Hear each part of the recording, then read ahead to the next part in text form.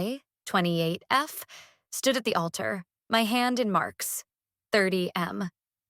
The air was thick with the scent of lilies and the quiet murmurs of our family and friends. Everything felt like a dream, a perfect, shimmering moment I had waited my whole life for. The minister was speaking, his voice a low, soothing hum, but I wasn't listening to the words. I was looking at Mark's face, at the way his eyes crinkled when he smiled at me. This was it. This was the beginning of our forever. My maid of honor, my best friend Jenna, stood beside me, beaming. Beside Mark stood his best man, and next to Jenna was Mark's sister, Sarah. She was one of my bridesmaids. I had wanted her to feel included, to feel like she was gaining a sister, not losing a brother. Throughout the planning, she had been distant. Not unkind, just cool. I assumed it was just stress, or maybe a bit of sadness at her brother moving on. I tried not to take it personally, but now, as the minister paused for us to exchange our vows, I felt a strange tension radiating from her. I glanced over. Sarah wasn't looking at the minister or at us. She was looking at me, her expression tight and unreadable. Her hand, holding her bouquet, was trembling slightly. I gave her a small, questioning smile, but she didn't return it. Her eyes darted towards Mark, then back to me, filled with something I couldn't name. It looked like panic. The minister prompted us for the rings. As Jenna handed me Mark's ring, I saw Sarah move out of the corner of my eye. She shifted her bouquet from one hand to the other, and in the process, her hand brushed against mine. It felt deliberate. Something small and folded was pressed into my palm. A note. My fingers closed around it instinctively, my heart giving a confused little jump. What was she doing? Now? In the middle of our wedding ceremony?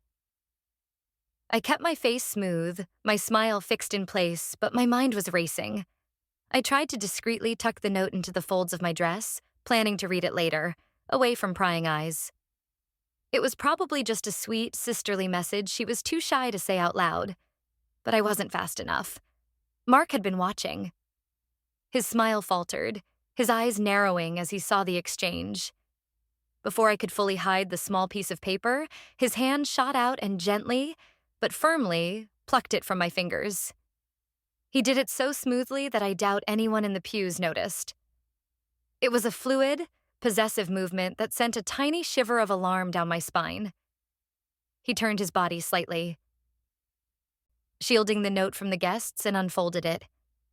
I watched his face. The soft, loving expression he'd worn just moments before vanished, replaced by a mask of cold, hard fury. His jaw clenched. His eyes, when they lifted from the paper to meet his sister's, were glacial. He didn't look at me. He looked straight at Sarah, and the hatred in that look was so intense it made my breath catch in my throat. He took a half step toward her, his body rigid. He leaned in and whispered something to me, his voice a low growl that was nothing like the gentle tone he'd used all day. "Ignore her," he said. "She's trying to ruin this. Don't let her." He didn't explain. He didn't show me the note. He simply crumpled the paper in his fist, his knuckles white. The minister cleared his throat, a gentle reminder that we were still in the middle of our vows. Mark turned back to me, forcing a smile onto his face, but it didn't reach his eyes. Those eyes were still cold, still filled with a terrifying anger. I stood there, frozen, the ring feeling heavy and foreign in my hand. The perfect shimmering moment had shattered. Something was terribly wrong. I didn't know what the note said, but I knew with a sudden, chilling certainty that my life had just changed forever. The rest of the ceremony was a blur. I said, "I do," and heard Mark say it too. But the words felt hollow, like lines from a play I had forgotten I was in. My mind was a chaotic storm of questions. What could Sarah have written to provoke such a reaction? Why would she choose this moment, the most public and sacred moment of our lives, to pass me a note? And why was Mark so determined to keep it from me? His anger wasn't just at her for the interruption, it was at the message itself. He was afraid of me seeing it. That much was clear. The kiss felt wrong. His lips were tight and unforgiving. a stark contrast to the passionate kisses we had shared. As we walked back down the aisle, showered with rice and congratulations, his hand gripped mine so tightly it hurt. He was smiling for the crowd, but I could feel the tension thrumming through him. At the reception, the atmosphere was suffocating. Mark didn't leave my side for a second. He kept his arm wrapped around my waist, his grip possessive. He guided me from table to table, accepting congratulations, his smile never wavering. But I could see the way his eyes kept flicking towards his sister. Sarah was sitting at the family table, pale and silent, picking at her food. She wouldn't meet my gaze. She looked like a cornered animal. Mark's mother, Helen, sat beside her, occasionally leaning over to hiss something in her ear. Helen's face was a thundercloud. She adored Mark, her golden child, and it was obvious she blamed Sarah for whatever had happened. His father, Robert, just looked tired and sad, watching his family implode on what should have been a happy day. Finally, Mark pulled me away from a group of his college friends, steering me towards a secluded corner of the venue's garden. "We need to talk," he said, his voice low and urgent. I nodded, my heart pounding.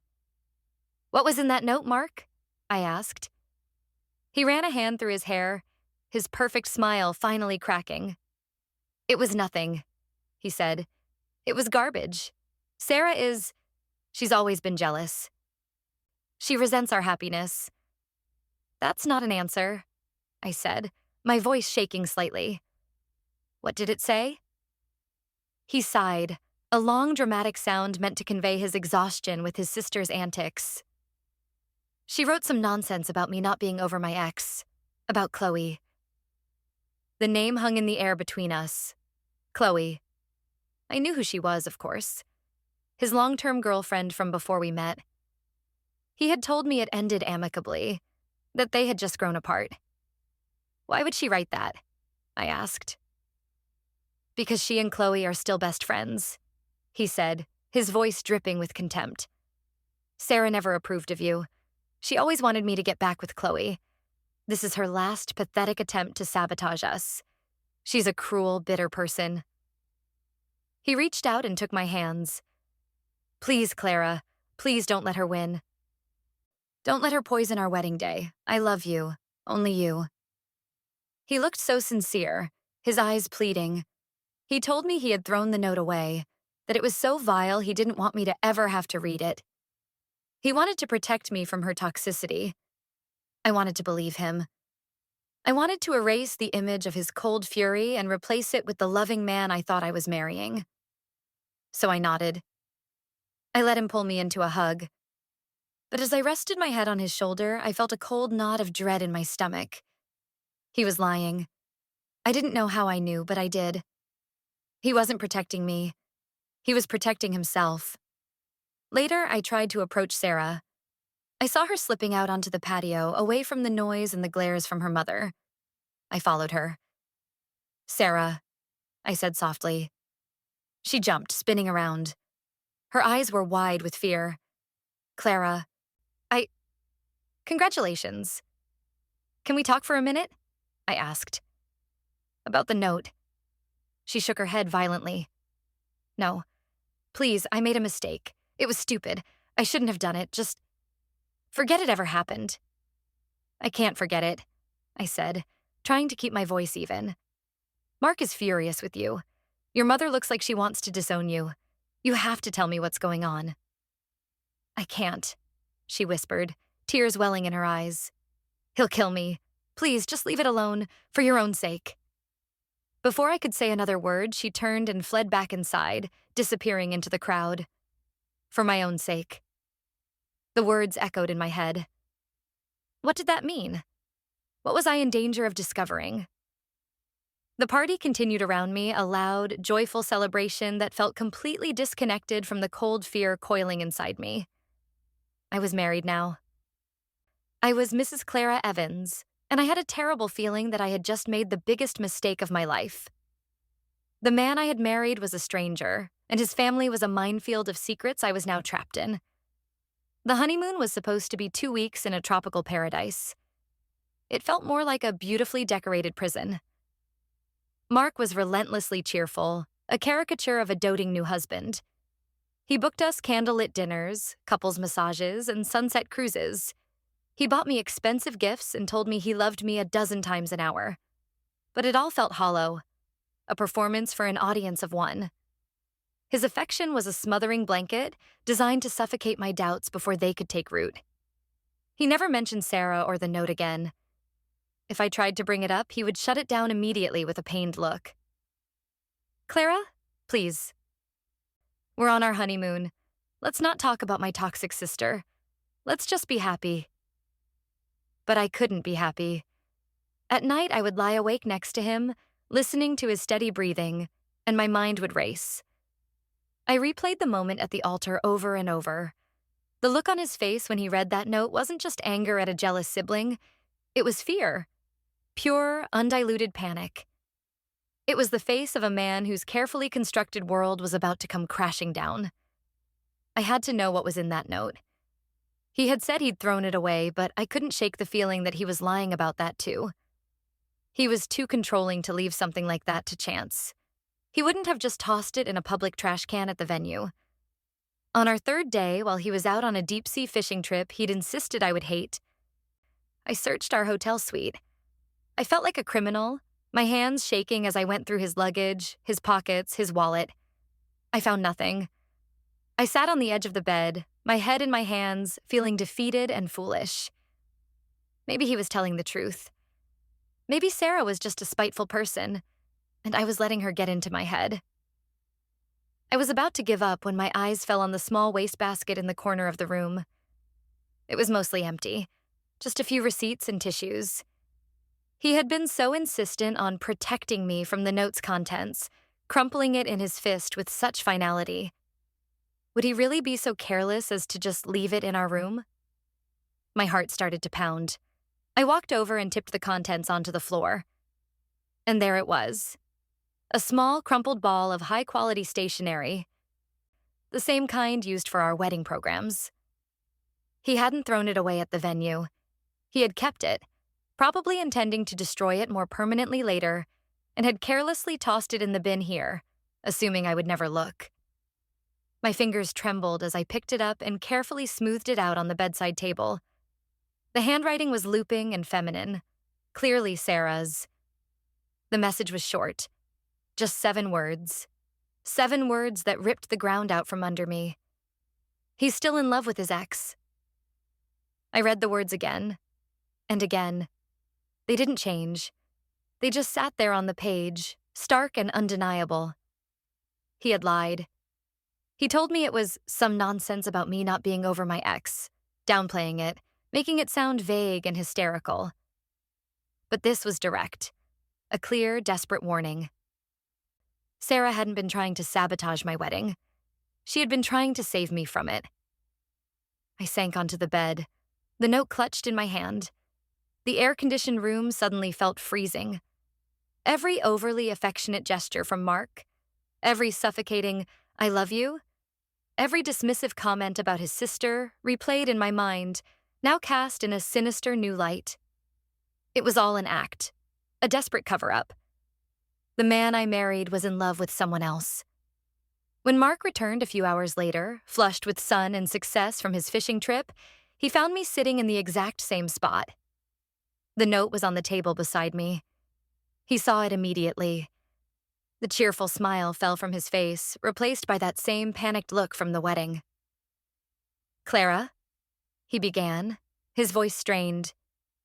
"You lied to me," I said. My voice was quiet, but it cut through the silence of the room. He rushed over, his eyes wide. "No, baby, listen to me. It's not what you think." "Isn't it?" I asked, my voice gaining strength. "It says you're still in love with Chloe. You told me it was just vague nonsense." He dropped to his knees in front of me, grabbing my hands. His were cold and clammy. "It is nonsense. Clara, you have to believe me. Sarah is obsessed. She and Chloe are inseparable. She thinks Chloe is perfect and that I made a huge mistake breaking up with her. She can't accept that I've moved on, that I love you." "Then why did you lie about what the note said?" I challenged him, pulling my hands away. Why not just show it to me and laugh it off if it's so ridiculous? His face crumpled. Tears started to well up in his eyes. It was a shocking sight. I had never seen Mark cry before. Because I was embarrassed, he choked out. I was so humiliated that my own sister would do that to us. I didn't want you to see her disgusting words. I didn't want her ugliness to touch our perfect day. I was trying to protect you. Can't you see that? He was a good actor. A very good actor. The tears seemed real. The anguish on his face looked genuine. A part of me, the part that loved him and had built a future with him in my mind, desperately wanted to believe him. But the cold knot of dread in my stomach was now a block of ice. It told me not to trust the tears. It told me to remember the fear in his eyes. I don't know what to believe, I whispered. Believe me. He begged, his voice thick with emotion. I love you, Clara. I chose you, please. Let's tear this up together and forget this ever happened. Let's not let Sarah win. He reached for the note, but I snatched it away. No, I said, my voice firm. I'm keeping it. The look that flashed across his face was only there for a second, but I saw it. The mask slipped. It was pure, unadulterated rage. Then it was gone, replaced once more by the pleading, tear-streaked face of a wronged husband. I stood up and walked to my suitcase, tucking the note safely inside a zipped pocket. I would not forget. And I would not let her win. But I was no longer sure that Sarah was the one I was fighting against. I pretended to accept his apology. I let him hug me. I told him we would move past it. For the rest of the honeymoon, I played the part of the forgiving wife. But inside, I was cold and clear. The honeymoon was over. The investigation was just beginning. As soon as we got back home, the pretense of our happy marriage felt even more fragile. The house we had chosen together, the furniture we had picked out, it all felt like a stage set for a play I no longer wanted to be in. The first person I called was Jenna. I needed an anchor, someone outside the swirling vortex of Mark's family. We met at a small cafe far from our neighborhood. I told her everything, from the note at the altar to the confrontation on our honeymoon. I even showed her the note itself. She read it, her expression hardening. Oh, Clara, she said softly, reaching across the table to squeeze my hand. I'm so sorry. The worst part is, I almost believe him sometimes. I confessed, my voice low. He can be so convincing. He cries, he begs, he says all the right things. He makes me feel like I'm the crazy one for doubting him. That's called gaslighting, Jenna said, her voice sharp. He's manipulating you because he got caught. Do not let him make you question your own instincts. Your gut is telling you something is wrong. You need to listen to it. But what do I do? I asked, feeling helpless. I have this note, but it's just Sarah's word against his. He says she's a jealous liar. Then you need more than the note, Jenna said, her eyes thoughtful. You need proof, something undeniable. But you have to be careful, Clara. If he knows you're looking, he'll cover his tracks. You have to be smart about this. Watch him. Don't let him know you're suspicious. Pretend everything is fine. Her words solidified the resolve that had been forming in my heart. She was right. I couldn't rely on feelings or suspicions. I needed cold, hard facts. I went home that day with a new sense of purpose. I was no longer just a confused, hurt wife. I was an investigator in my own life, and my primary suspect was sleeping next to me every night. My first step was quiet and simple. I started with our shared phone bills, which were all online. Mark had always handled them, but the account was in both our names. I logged in, my heart thumping with a mixture of fear and anticipation. I downloaded the detailed statements for the 3 months leading up to our wedding. Then, I sat at the kitchen table with a highlighter and went through them, line by line. It didn't take long to find a pattern. There was one number he called and texted constantly. Late at night, early in the morning, sometimes multiple times in an hour. It was a number I didn't recognize. My hands were shaking as I typed the number into a reverse lookup website. The result came back in seconds, a digital confirmation of my deepest fears. The number belonged to Chloe. The breath left my body in a rush. He had told me so casually that they hadn't spoken in years. Another lie. A blatant, easily disproven lie. They hadn't just spoken. They were in constant contact. What were they talking about for hours in the dead of night, just weeks before he pledged his life to me? I felt a wave of nausea. I saved the phone records to a hidden folder on my laptop, my first piece of concrete evidence. Now I knew for sure that Sarah's note wasn't just a bitter fantasy. It was a warning based on something real. I had to talk to her again. I couldn't let Mark keep her terrified and silent. I waited a few days, letting the dust settle from the wedding drama. Then I found her on social media, tagged in a photo at a local coffee shop she frequented. I drove there immediately. She was sitting alone at a small table, staring into her latte. She looked exhausted, with dark circles under her eyes. When she saw me approaching, her whole body tensed. She looked like she was about to run. "Sarah, please," I said, sliding into the chair opposite her before she could bolt. "Just 5 minutes. He's not here. No one will know." She glanced around nervously. "You shouldn't be here, Clara." "I need to know the truth," I said, my voice low but firm. "I know he's been in contact with Chloe. I saw the phone records." Her eyes widened in alarm. "How did you— Oh, God, you have to be careful. He'll be furious." "I'm not afraid of him being furious," I said. "I'm afraid of living a lie." "Sarah, why did you give me that note? What did you know?" She wrung her hands, her gaze darting towards the door. "I can't. You don't understand what he's like." "He threatened me, Clara.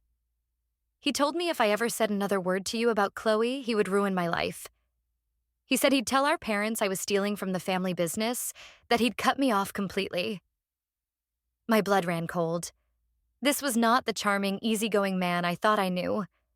This was someone cruel and calculating. "He's trying to isolate you," I said. "He's doing the same to me by making me think you're crazy. We can't let him do that." "You don't get it," she whispered, her voice cracking. "He has my parents wrapped around his finger, especially my mom. They would believe him over me in a second. They always have." "I believe you," I said simply. Tears filled her eyes. She looked at me, really looked at me, for the first time. I could see a flicker of something other than fear in her expression. It was a desperate plea for an ally. "He never got over her," she finally whispered, so quietly I had to lean in to hear. "He told me the breakup was a mistake. He said he was only marrying you because it was expected. He was miserable." "Then why go through with it?" I asked, my voice tight. "Why not just call it off?" She shook her head, looking away. "I can't say any more. Please. I've already said too much. Just be careful, Clara. Watch your back. He's not who you think he is." She stood up abruptly, grabbing her purse. "I have to go. Don't try to contact me again. It's not safe." And with that, she was gone, leaving me alone at the table with my coffee and a growing sense of dread. He was miserable.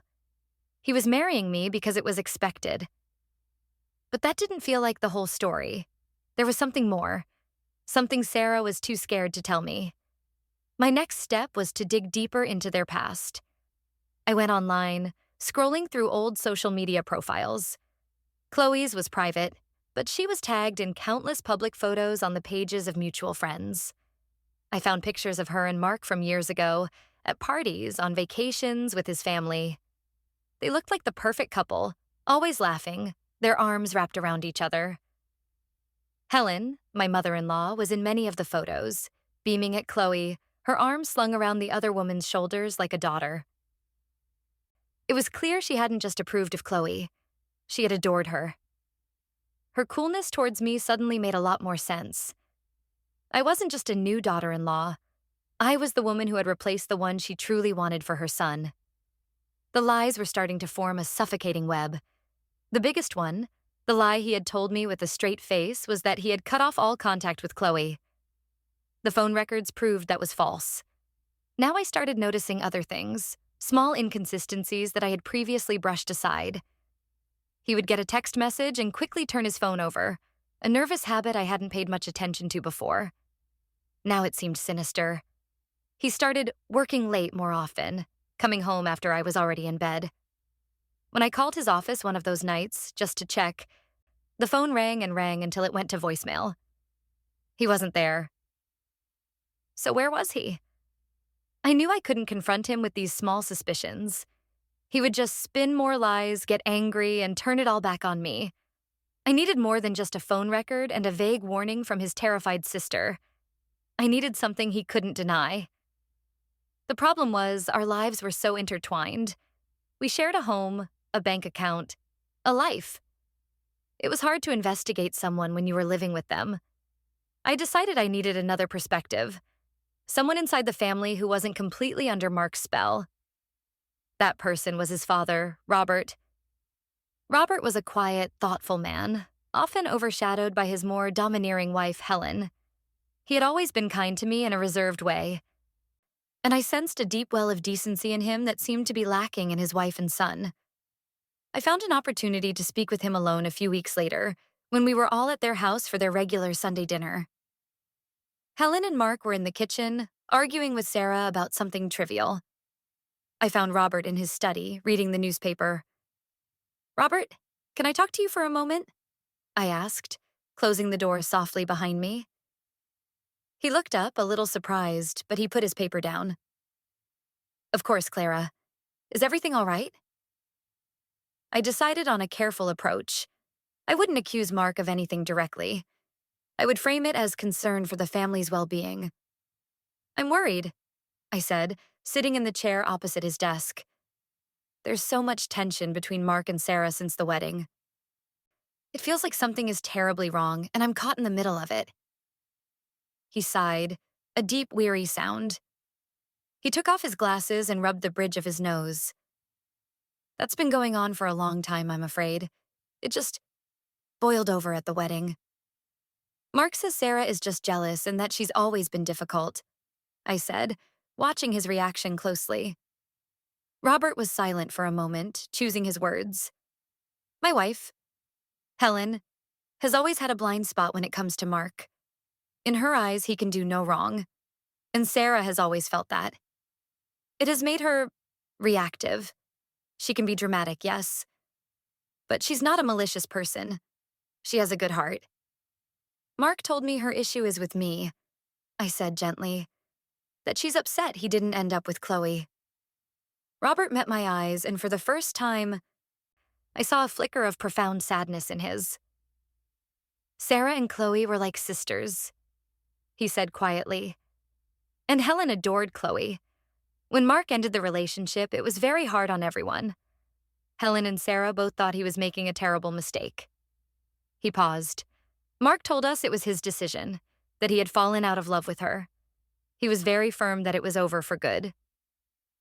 He was telling me, in his own cautious way, what Mark's official story to the family was, a story that my evidence was beginning to contradict. "Thank you for telling me that, Robert," I said. "It helps me understand things a little better." "Clara," he said, leaning forward slightly, "Mark is my son, and I love him, but he's not perfect. No one is. If you're ever in trouble, I hope you know you can talk to me." It was a clear offer of support. He knew something was wrong, even if he didn't know the specifics. He was giving me an opening, a lifeline. I left his study feeling a small glimmer of hope. I wasn't entirely alone in this family, but his words also confirmed something else. Mark had constructed a careful narrative for everyone in his life. To me, the breakup with Chloe was amicable. To his family, it was his firm decision. But to Sarah and to Chloe herself, it was a mistake he regretted. He was telling 3 different stories to 3 different audiences. The only way to find out which one was the truth was to get inside his head. The idea felt disgusting, a profound violation of trust and privacy. But what trust was left to violate? He had shattered it at the altar. I had to know what was happening. I had to protect myself. After days of wrestling with my conscience, I made a decision. I went online and bought a simple keylogger program, the kind parents use to monitor their children's computer activity. I waited for a day when I knew Mark would be out of the house for hours. With my heart hammering against my ribs, I installed it on our shared home computer. It took less than 5 minutes. It was invisible, undetectable. Now, all I had to do was wait. It felt like walking on eggshells. Every time he sat down at the computer, I had to act casual, pretending to read a book or watch TV, while every nerve in my body was screaming. Was this it? Was this the moment I would find the proof I was looking for? The waiting was agony. For the first few days, there was nothing. Just work emails, articles he was reading, boring, everyday stuff.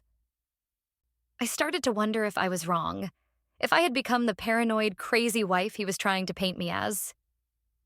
Then, one evening, it happened.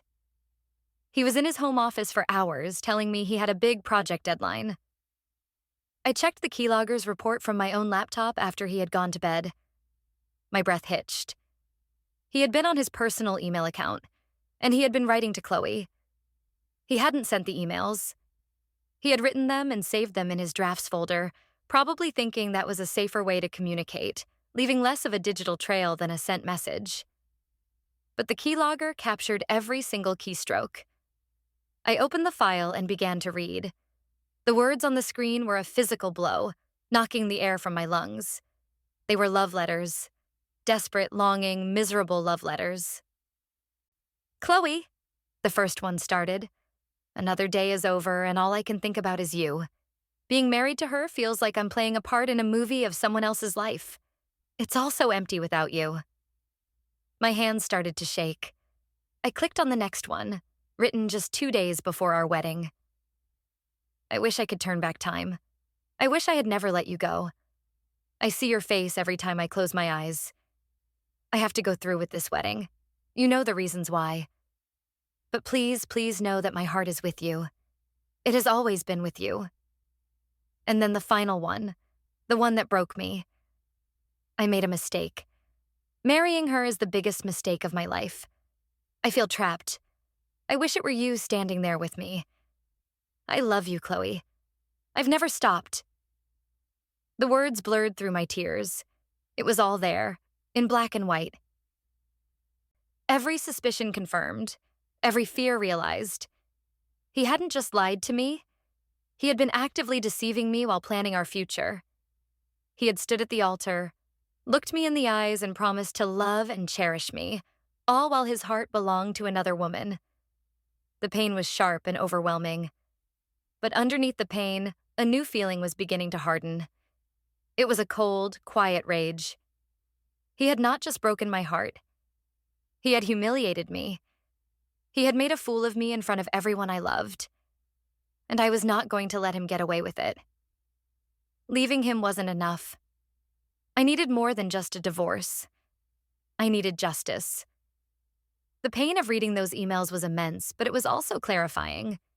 It burned away all the confusion, all the self-doubt. I was no longer a wife trying to save her marriage. I was a woman gathering evidence for a war. But I knew that emotional betrayal, while devastating, could be hard to prove in a legal sense. He could claim the emails were just fantasies, that he was just venting. I needed more. I needed something tangible, something that showed a deeper level of premeditated deception.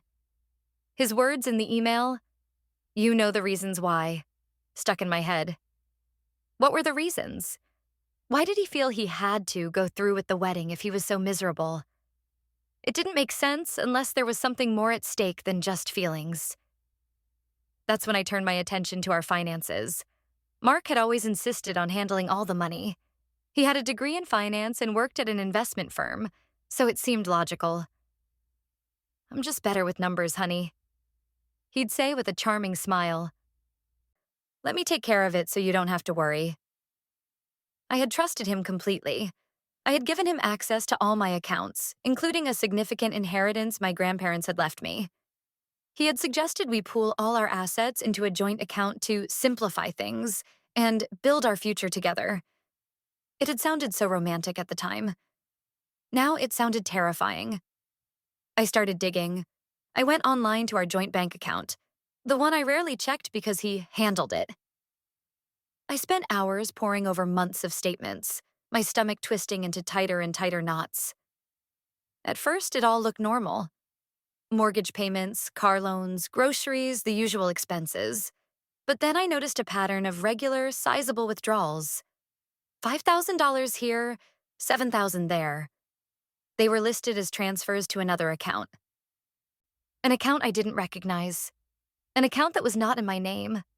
My blood ran cold. I clicked on the transfer details. The receiving account was at a different bank, and it was in one name only, Mark Evans. He had a secret bank account, a hidden stash of money that he was systematically siphoning from our joint funds, from my funds, my inheritance. I felt a surge of white-hot fury. This wasn't just a man with a broken heart. This was a thief. I kept digging, my fingers flying across the keyboard. I managed to get access to his secret account statements by guessing his security questions, which were laughably simple. His mother's maiden name, his first pet's name. The information loaded on the screen, and I felt my world tilt on its axis. He wasn't just hoarding the money. He was spending it. The transaction history was a roadmap of his betrayal. There were payments for a car loan, but it wasn't for his car or mine. There were rent payments for an apartment in a trendy downtown neighborhood, an apartment I had never seen. And then there were the direct transfers. Thousands of dollars sent every month to one person, Chloe. He wasn't just writing her love letters. He was funding her entire life with my money. He had paid her rent for the last 6 months. He had bought her a car. He had used my inheritance, the money my beloved grandparents had worked their whole lives for, to set up his mistress in a comfortable new life while he played the part of the devoted husband to me. The pieces of the puzzle were slamming into place, forming a picture so ugly and calculating it made me feel sick. This wasn't a crime of passion. This was a long con. He needed my money. That was the reason why he had to marry me. He was using me as his personal bank with the intention of building a nest egg so he could eventually leave me and be with her, fully funded and secure. The humiliation was a physical thing, a burning shame that spread through my chest. He didn't just see me as a second choice. He saw me as a mark, an easy target. But I had one more place to look. The keylogger had captured everything he typed, not just emails. It had also captured his instant messages. I scrolled back through the logs from the weeks before the wedding, my eyes scanning for anything I might have missed. And then I found it. A chat log between Mark and Sarah. It was dated the night before our wedding. Reading it felt like watching the final scene of a horror movie, where the killer's true motive is finally revealed. Mark's message appeared first. You have to keep Chloe calm for one more day. Just one more day. Sarah's reply came a minute later. I don't feel right about this, Mark. Clara is a nice person. She doesn't deserve this. Mark, don't get a conscience now. You've known the plan all along. This is what we have to do to fix the mess I made. Just tell her the marriage is just for show. Tell her my parents are pressuring me. Tell her whatever you need to, but keep her away from the church tomorrow. Sarah, and what happens after? You're really going to leave her? Mark, yes. Once I have full legal access to Clara's inheritance, it's over. I'll have enough to pay back what I borrowed and set Chloe and me up for good. Then I can finally be with the woman I actually love. You want Chloe to be happy, right? She's your best friend. Just play along. Sarah, this is wrong, Mark. You're destroying an innocent person's life.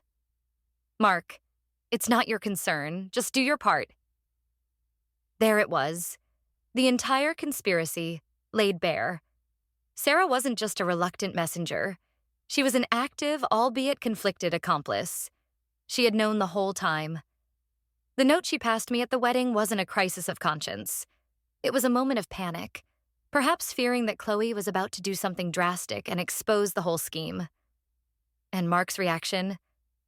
His rage wasn't fear of his secret love being exposed.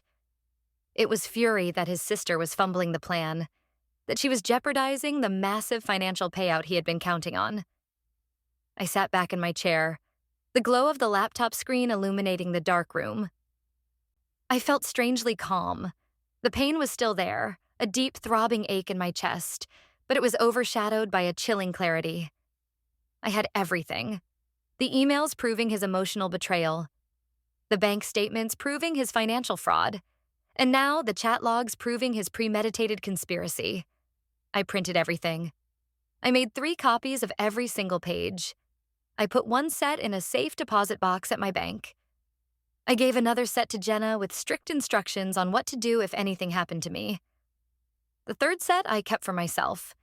The time for quiet investigation was over. It was time to plan the confrontation. He didn't want a divorce. He wanted a war. And I was going to give him one. It would not be private. It would not be quiet. They had planned to humiliate me in the most profound way possible. I would return the favor. And I would do it in front of everyone they cared about. The perfect stage for my revelation presented itself a few weeks later. Helen and Robert's 40th wedding anniversary party. It was a huge affair, a catered event at their country club with the entire extended family and all their prominent friends in attendance. Mark, of course, was expected to be there, playing the role of the perfect son and devoted new husband. It was the ideal audience. All the people whose opinions Helen and Mark valued most would be there to witness his downfall. My plan had several steps. I couldn't just walk in and start shouting. I needed to control the narrative. My first move was to secure my one potential ally, Sarah. If she backed me up, Mark's denials would crumble. If she sided with him, it would be my word against theirs. I called her and asked her to meet me an hour before the party at a quiet park near the country club. She was hesitant, terrified, but I was firm. "It's in your best interest to be there, Sarah," I told her, my voice leaving no room for argument. She showed up looking pale and nervous. "What do you want, Clara? I told you I can't talk about this." I didn't waste time with pleasantries. I pulled a folder from my bag and handed it to her. It contained one thing, a printed copy of her chat log with Mark from the night before the wedding. She opened it and read it. The color drained from her face. She looked up at me, her eyes wide with horror and disbelief. "Where did you get this?" she whispered. "That doesn't matter," I said calmly. "What matters is that I know everything. I know you were part of his plan to defraud me. I know you helped him lie to me and to Chloe." She started to stammer, to deny it. "No, I didn't want to. He pressured me. I tried to warn you with the note." "You tried to manage the situation," I corrected her, my voice cold. "You weren't trying to save me. You were trying to stop Chloe from blowing up your brother's scam. There's a difference." She broke down, covering her face with her hands and sobbing. "I'm so sorry. I'm so sorry. I didn't know what to do. He's my brother. He twisted everything up. Please, what are you going to do?" I let her cry for a moment before I spoke again. "Tonight, at your parents' party, I am going to tell everyone the truth. I am going to expose him for the liar and the thief that he is." I paused, letting the weight of my words sink in. "You have a choice to make, Sarah. You can continue to cover for him, in which case I will show this chat log to everyone, including the police. I will make sure everyone knows you were his willing accomplice in a felony." Her head snapped up, her eyes filled with terror. "Or," I continued, my voice level, "you can do the right thing for once in your life. When I confront him and he starts to lie, you are going to back me up. You are going to tell the truth. If you do that, I will leave your name out of the worst of it. I will frame you as a victim of his manipulation, someone who finally found the courage to speak out. The choice is yours. Are you his accomplice, or are you his victim?" She stared at me, tears streaming down her face. She was trapped and she knew it. The fear of Mark was powerful, but the fear of public ruin and criminal charges was stronger. "I'll do it," she whispered, her voice trembling. "I'll tell the truth." "Good," I said, taking the chat log back from her trembling hands. "I'll see you at the party." I arrived at the country club with Mark. I had been playing the part of the dutiful, if slightly distant wife for weeks. He suspected nothing. He was in his element, gliding through the crowd, accepting compliments on his beautiful new wife, basking in the glow of his family's social standing. He held my hand, but his touch felt like a spider crawling on my skin. I smiled until my cheeks ached. Helen was ecstatic, presiding over the event like a queen. She pulled us into a hug, gushing about what a perfect couple we made. "I'm so glad my Mark found such a lovely girl," she said, patting my arm. The irony was so thick I could have choked on it. I waited. I let the party get into full swing. I watched as Robert stood up to make a heartfelt toast to his wife of 40 years. He spoke of love, trust, and building a life together based on honesty. It was the perfect setup. When he finished and the applause died down, I remained standing. I tapped my glass gently with a fork. The room quieted, all eyes turning to me. "I'd like to say a few words as well, if I may," I said, my voice clear and steady. Mark looked at me, a flicker of confusion in his eyes. "Clara, what are you doing?" he whispered.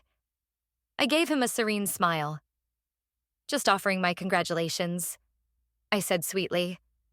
Then I turned to the room. "Tonight we're celebrating 40 years of marriage. It's an incredible milestone, built on a foundation of love and respect. It's made me think a lot about my own new marriage, about the foundations we build our lives on." I let my eyes drift around the room, meeting the gazes of Mark's family and friends. I've learned so much about the Evans family since I joined it. I've learned about loyalty, about secrets, and about betrayal. The mood in the room shifted. The polite smiles began to fade. Mark was staring at me, his face pale, a dawning horror in his eyes. Helen looked annoyed. "Clara, dear, perhaps this isn't the time," she began. I ignored her. My gaze locked on my husband. "Mark," I said, my voice ringing with clarity, "do you remember our wedding day? Do you remember when your sister Sarah passed me a note at the altar?" A collective gasp went through the room.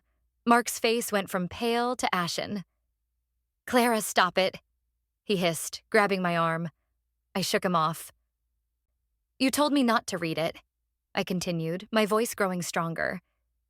"You told me it was vicious nonsense from a jealous sister. You told me you threw it away? But you lied about all of that, didn't you, Mark?" From my small evening bag, I pulled out the first folder of my printed evidence. The note said, "He's still in love with his ex. You said Sarah was a liar, but she wasn't lying, was she?" Mark stood up, his chair scraping loudly against the floor. "She's drunk. She doesn't know what she's saying. Someone get her some water." "I'm perfectly sober," I said calmly, "and I have proof." I began to read from the first page. It was the email he wrote to Chloe just days before our wedding. "My dearest Chloe, marrying her is the biggest mistake of my life. I feel trapped.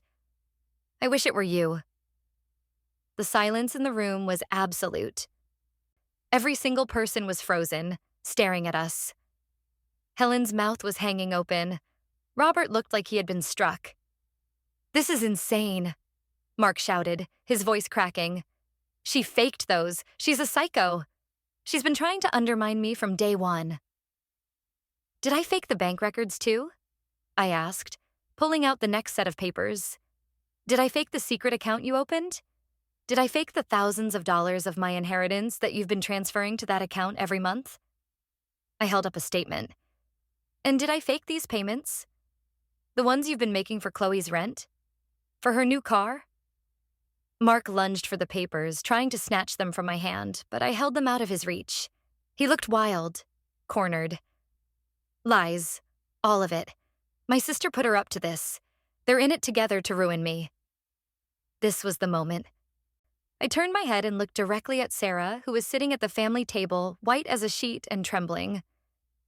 "Sarah, I asked, my voice calm and deliberate. Am I lying?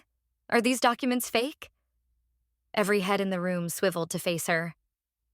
Mark stared at her, his eyes blazing with a desperate, threatening command. Tell them, Sarah. Tell them she's a crazy liar. Sarah looked from her brother's furious face to my calm one. She took a deep, shuddering breath. I could see the internal war raging within her. Then she stood up. Tears were streaming down her face, but her voice when she spoke was clear. No, she said, her voice shaking but audible in the dead silence. She's not lying. It's all true. A wave of murmurs swept through the room. Mark looked at his sister as if she had physically stabbed him. You traitor, he breathed. But I wasn't finished. It's true that he's been funding Chloe's life with my money, I said, my voice ringing with authority now. But that's not even the worst of it. The worst part is why he did it. I pulled out the final document, the chat log. This is a conversation between Mark and Sarah from the night before our wedding. I think you'll all find it very illuminating. I read it aloud. Every word, Mark's plan to marry me for my inheritance. His promise to Sarah that the marriage was just for show.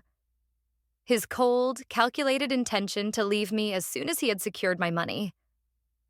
When I finished, there was a stunned, horrified silence. Then, Helen made a small, choking sound. But it was Robert who moved. He stood up slowly, his face a mask of disbelief and righteous fury. He walked over to his son. Is this true? Robert asked, his voice low and dangerous. You married this wonderful woman as part of a scheme? You used her for her money? You plan to abandon her? Mark was trapped.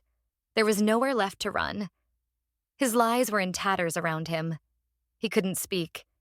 He just stared at me, his face a twisted mess of hatred and defeat. I looked at him one last time, then addressed the silent, shocked crowd. So, I guess the answer to the question in Sarah's note is yes. He is still in love with his ex. He was also in love with my bank account. Our marriage, it seems, was based on fraud, which is why I've already spoken to a lawyer. I'm having it annulled. I placed the papers neatly on the table. Happy anniversary, Helen and Robert. And with that, I turned and walked out of the room, leaving the smoking crater of my husband's life behind me. The aftermath was swift and brutal. The party, of course, ended immediately. I learned later from Jenna, who had heard it from a cousin of a guest, that Robert had thrown Mark out of the country club himself, telling him not to come back to the family home. The public humiliation was total. The Evans family was prominent in their community, and the scandal spread like wildfire. Mark's reputation was destroyed overnight. A few days later, Robert called me. His voice was heavy with shame. Clara, I don't have the words to express how sorry I am, he said. To think my son could be capable of such cruelty, such deception. I am ashamed. I failed as a father. I didn't see what was right in front of me. It's not your fault, Robert, I told him, and I meant it. He fooled a lot of people, including me. Helen is not taking it well, he continued. She's still trying to make excuses for him, but the evidence is undeniable. She's heartbroken, but that's her burden to bear, not yours. He cleared his throat. I want you to know that I will support you in any way I can. If you need me to testify on your behalf during the annulment proceedings, I will be there. He will not get away with what he did to you. His support was a balm on a very raw wound. He was a good man trapped in a family with a rotten core. I thanked him and told him my lawyer would be in touch. My next conversation was with Sarah. She called me, her voice small and shaky. Is it over? She asked. The party is over, I said. The consequences are just beginning. My father isn't speaking to me, she whispered. He said he needs time. My mother, she looks at me like I'm a monster for betraying my brother. You didn't betray him, Sarah, I said, my voice devoid of pity. You told the truth, for once.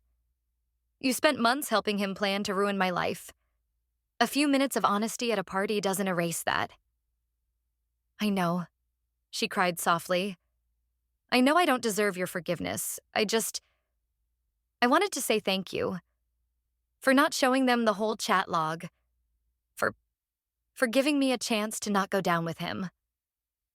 I didn't do it for you, I said coldly. I did it because it made my case stronger. Having you as a penitent witness was more powerful than having you as a co-conspirator. It was a strategic decision. We are not friends, Sarah. You have to live with what you did. Goodbye. I hung up the phone. I felt no satisfaction in her misery. Only a quiet finality. She had made her choices. Now she had to face them. The legal process was remarkably straightforward. With the mountain of evidence I had, the emails, the bank records, the chat logs, and Robert's willingness to testify against his own son. Mark had no defense. His lawyer advised him to settle immediately. The marriage was annulled on the grounds of fraud, which meant legally it had never happened.